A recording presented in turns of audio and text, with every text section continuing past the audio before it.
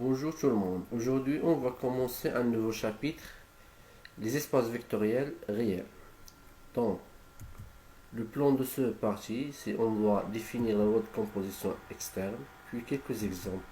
Ainsi, on va définir les espaces vectoriels réels, donc puis quelques exemples. Et on va finir avec une application, quelques applications. Commençons pour tout d'abord définir c'est quoi la loi de composition externe. Et la loi de composition externe, c'est une application f de A croix E vers E. Donc chaque couple alpha x, on lui associe f alpha x. Ça s'appelle la loi de composition externe sur E à coefficient dans E. Donc tout simplement, c'est quoi la loi de composition externe? C'est une application de A croix E vers E. Donc notons que alpha f de alpha x par alpha.x ou alpha x. Généralement, on va prendre A égale le corps R. Donc, quelques exemples pour bien maîtriser quelques séquences et lois de composition externe. Donc, la première exemple, on va prendre iden M2 de R. Donc, on peut définir sur cet ensemble une loi de composition externe. Donc, si on prend une matrice carrée d'ordre 2 à coefficient réel et un scalaire alpha, alors alpha fois m est aussi une matrice d'ordre 2 à coefficient dans R. Alors dans ce cas, on a défini une application de M2 de R, de R croix M2 de R vers M2 de R. Alors, c'est une application, c'est une loi de composition externe sur M2 de R à valeur dans R. Passons à la deuxième exemple concernant les ensembles des fonctions polynômes de degré inférieur ou égal à n. Donc sur cet ensemble, on peut définir une loi de composition externe. Donc si on prend une fonction polynôme b appartient à b de n et alpha un scalaire, alors le polynôme alpha.b est un polynôme de degré inférieur ou égal à n. Alors on dit que ici on a défini une loi de composition externe de R croix p de n vers p de n.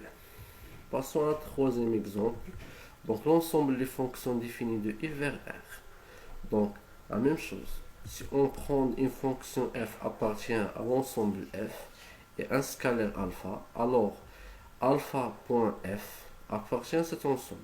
Donc dans ce cas, on a défini une loi de composition externe sur l'ensemble f de IR à valeur dans R. Donc, passons maintenant à la définition, c'est quoi un espace vectoriel? Un espace vectoriel, c'est un ensemble qui est muni de deux lois. La première loi, c'est une loi de composition interne, et la deuxième loi, c'est une loi de composition externe à valeur dans R. Pourquoi à coefficient dans R? Puisqu'on a dit c'est un espace vectoriel réel. Alors, on dit que E muni de la loi étoile et la loi plus est un espace vectoriel réel. C'est vérifier les 5 conditions suivantes. Donc la première des choses, on doit vérifier que l'ensemble muni de la loi étoile est un groupe commutatif. C'est-à-dire quoi E étoile est un groupe commutatif. Donc on doit montrer que la loi étoile est associative, puis que la loi étoile est commutative, puis il existe un élément neutre E appartient à E. Tout élément de E admet une symétrie dans E. Donc c'est ça les conditions pour vérifier que E étoile est un groupe commutatif. Passons maintenant à les autres propriétés qui restent. Donc, on doit vérifier que alpha étoile.x égale alpha.x étoile bêta.x. Donc, les quatre propriétés restantes, c'est concernant la loi point. Donc, passons à la troisième propriété. On doit vérifier que alpha bêta.x égale alpha.bêta.x. Avec alpha, ce sont deux réels et x un élément de E. Donc, la quatrième propriété, on doit vérifier que alpha.x étoile y égale alpha.x étoile alpha.x. Donc, la dernière condition, on doit vérifier que quel que soit x appartient à E, 1.x égale à x.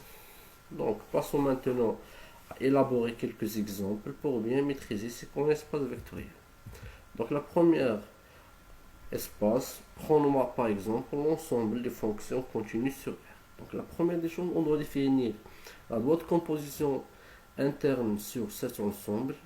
Donc la loi de composition interne est définie comme ça. Donc quel que soit x appartient à i, la somme de deux fonctions de f égale c'est la fonction f de x plus g de x.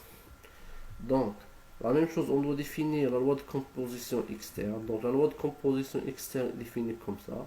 Donc pour tout x appartient à i, donc alpha f appliqué à x égale alpha f de x.